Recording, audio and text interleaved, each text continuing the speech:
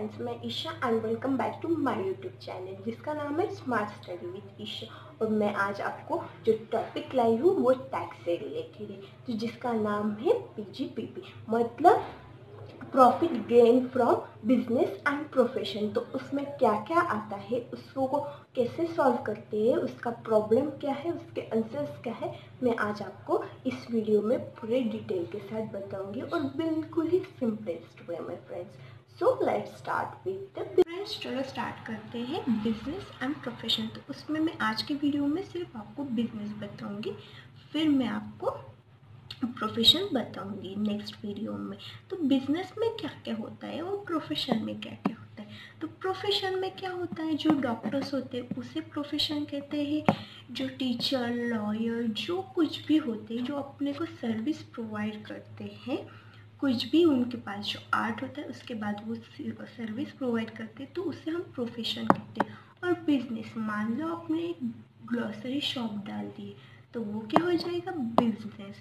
या कुछ भी आपने कपड़ों की दुकान डाल दी, कुछ भी आपको ऐसा जो कुछ भी होगा अदर देन प्रोफेशन, तो उससे हम बिजनेस कहेंगे फ्रेंड्स। तो बिजनेस अकाउंट कैसे सॉल्व करते हो, और जो भी इनकम टैक्स में बिजनेस का जो प्रॉफिट है वो कैसे लाते हैं, तो वो अब हम देखेंगे। तो उसमें क्या ऐड करते हैं और क्या नहीं ऐड करते वो अब हम देखते हैं friends. Income tax, wealth tax, interest on wealth tax, penalty compulsory. मतलब ये जो है ये हमें रटना ही पड़ेगा कि इनकम टैक्स, वेल्थ टैक्स तो आना ही आना है।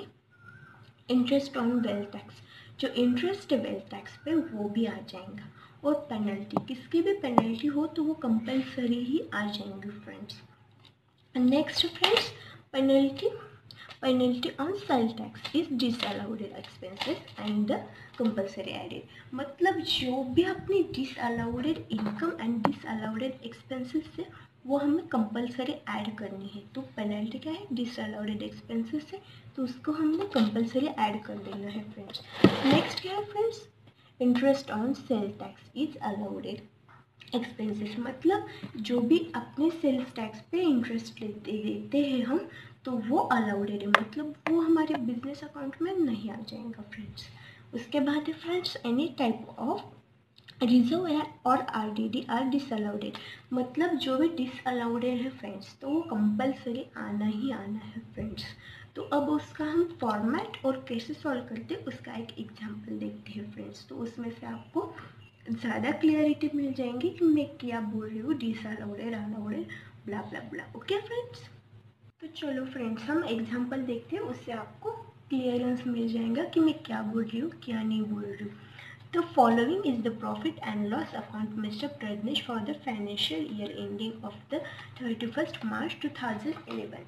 तो 31st मार्च 2011 तक का उन्होंने प्रॉफिट एंड लॉस अकाउंट हमें दे दिया है। तो उसमें से हमें ढूंढना है कि कैसे हम अलाउडेड, डिसअलाउडेड, ये सारे के सारे अकाउंट ढूंढ के हमें जो भी इनकम टैक्स का प्रॉफिट है, जो भी टैक्स पेएबल प्रॉफिट है वो हमें निकालना है फ्रेंड्स। तो उसमें से अब हम देखते हैं कि अलाउडेड और डिसअलाउडेड का मीनिंग क्या है। मैं कब की बोली जा रही हूँ ये अलाउडेड है, ये डिसअलाउडेड है, लेकिन ये होता क्या है। जो बिजनेस रिलेटेड है फ्रेंड्स तो उससे हम अलाउडेड कहते हैं, और जो बिजनेस से रिलेटेड नहीं, अपने घर से रिलेटेड है, जैसे कि फॉर एग्जांपल हमारा ग्रॉसरी शॉप है फ्रेंड्स। तो ग्रॉसरी शॉप में हम कुछ भी लाते हैं, जैसे कि कोई स्टॉक हो, जैसे कि चॉकलेट्स हो, तो ये ग्रॉसरी शॉप में लाए तो ये क्या हो जाएगा, बिजनेस रिलेटेड। लेकिन अगर हम कुछ भी मिल्क खरीद रहे हैं फ्रेंड्स अपने डोमेस्टिक यूज़ के लिए, तो वो डिसअलाउडेड हो जाएगा फ्रेंड्स। तो अब हम देखते हैं कि प्रॉफिट एंड लॉस क्या है। तो चलो फ्रेंड्स अब हम देखते हैं profession and loss account. Salary दी गई है तो सैलरी हम किससे देते हैं, एक तो डोमेस्टिक सर्वेंट हो तो उसको भी देंगे, और अगर कोई भी हमारे बिजनेस में सर्वेंट हो तो उसको भी हम सैलरी देंगे फ्रेंड्स। नेक्स्ट है एडवर्टाइजमेंट, तो ये बिजनेस के लिए लगता है फ्रेंड्स हमें, तो वो है 50,000 to repairs.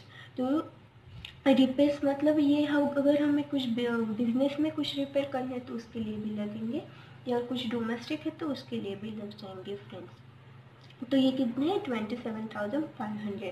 Fire insurance 4,500। Depreciation friends, depreciation हमें कंपलसरी लेना ही है, उसमें हमें कोई डाउट नहीं है।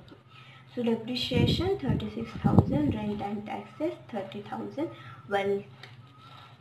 wealth tax 9,000, sales tax 25,000, legal charges 8,000 to RDD। तो मैंने RDD भी बोला था कि ये कंपलसरी लेना है 5,000, bank cash 8,000, transparent tax 1,000, to printing and stationery friends 4,500, to interest on capital 7,500, bad debts 9,000, net profit 2,30,000 and total amount 4,25,000। और अब हम देखते हैं फ्रेंड्स क्रेडिट में क्या क्या है वो हम देखेंगे।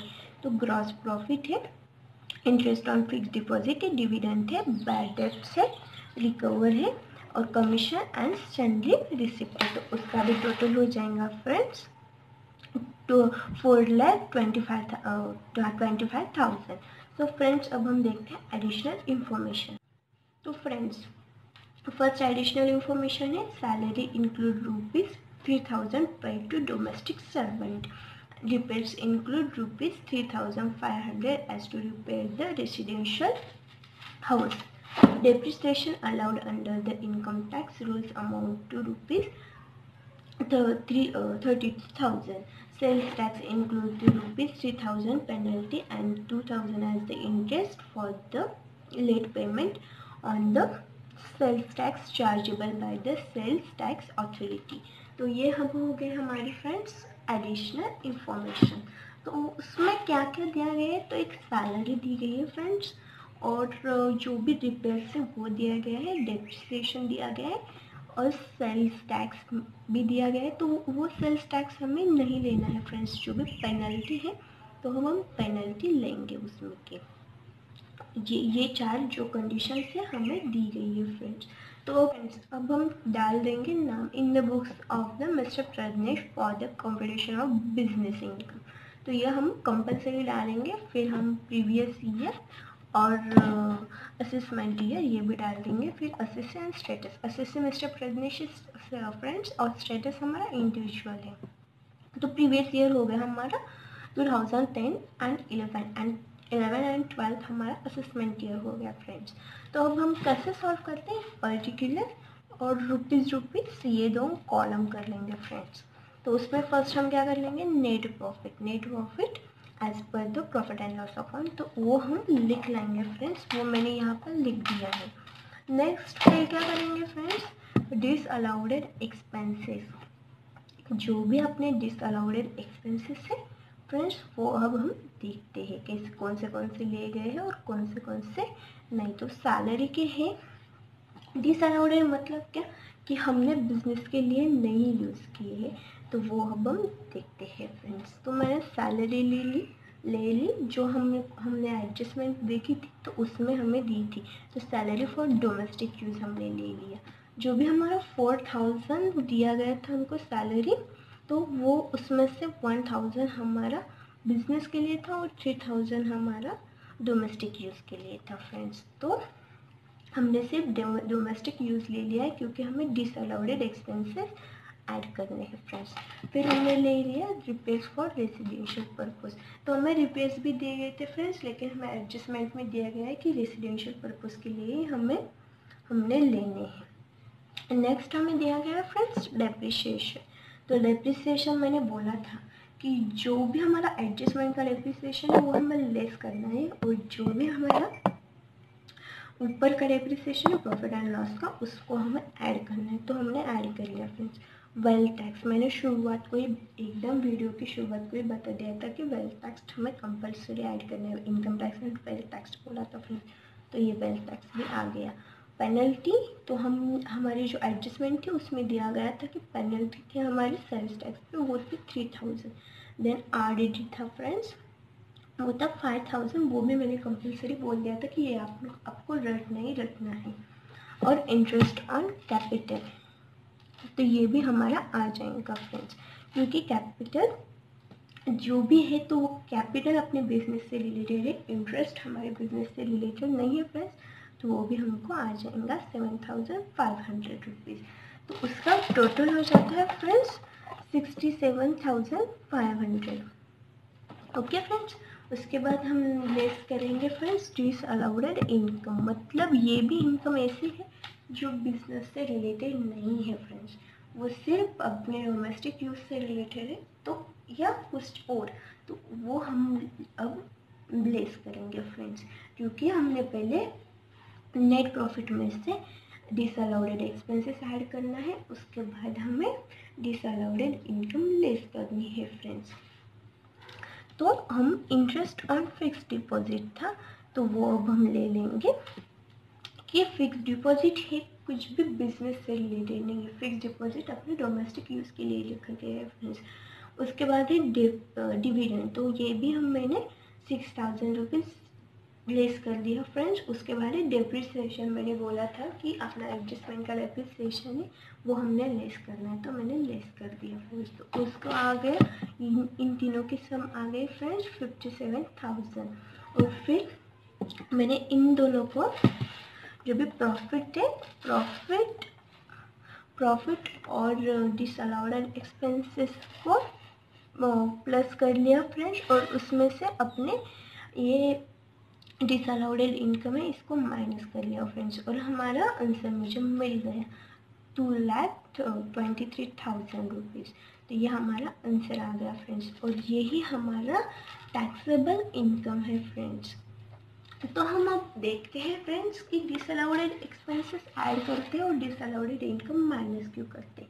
तो ये डिसअलाउड मतलब क्या बिजनेस से रिलेटेड नहीं है, तो वो हम क्या करेंगे, हमने वो जो बिजनेस से रिलेटेड नहीं है वो भी अमाउंट हमने प्रॉफिट एंड लॉस में डाल दी थी, लेकिन वो अमाउंट अगर आप कुछ भी यूज़ कर रहे हैं तो इसका मतलब वो हमारे प्रॉफिट में ऐड है, और उसमें से जो इनकम है, इनकम भी हमने डाल दी थी डिसअलाउड की, लेकिन वो भी अपनी इसमें ऐड नहीं होती, वो लेस होती है। क्यों लेस होती है, क्योंकि वो बिजनेस से रिलेटेड नहीं है, तो इसमें क्या हो जाएगा, अपना परफेक्ट प्रॉफिट हमें मिल जाएगा जिस पे हमें इनकम टैक्स भरना है फ्रेंड्स। तो फ्रेंड्स, अगर आपको कुछ भी डिफ़िकल्टी हो तो मुझे कमेंट करके बताना। अगर मेरा वीडियो आपको अच्छा लगा हो तो लाइक करना और सब्सक्राइब करना फ्रेंड्स। आपके लिए मैं ऐसे ही कुछ भी इंटरेस्टिंग एंड सिंपलेस्ट वे में वीडियो लाती रहूँगी। Thank you so much, friends.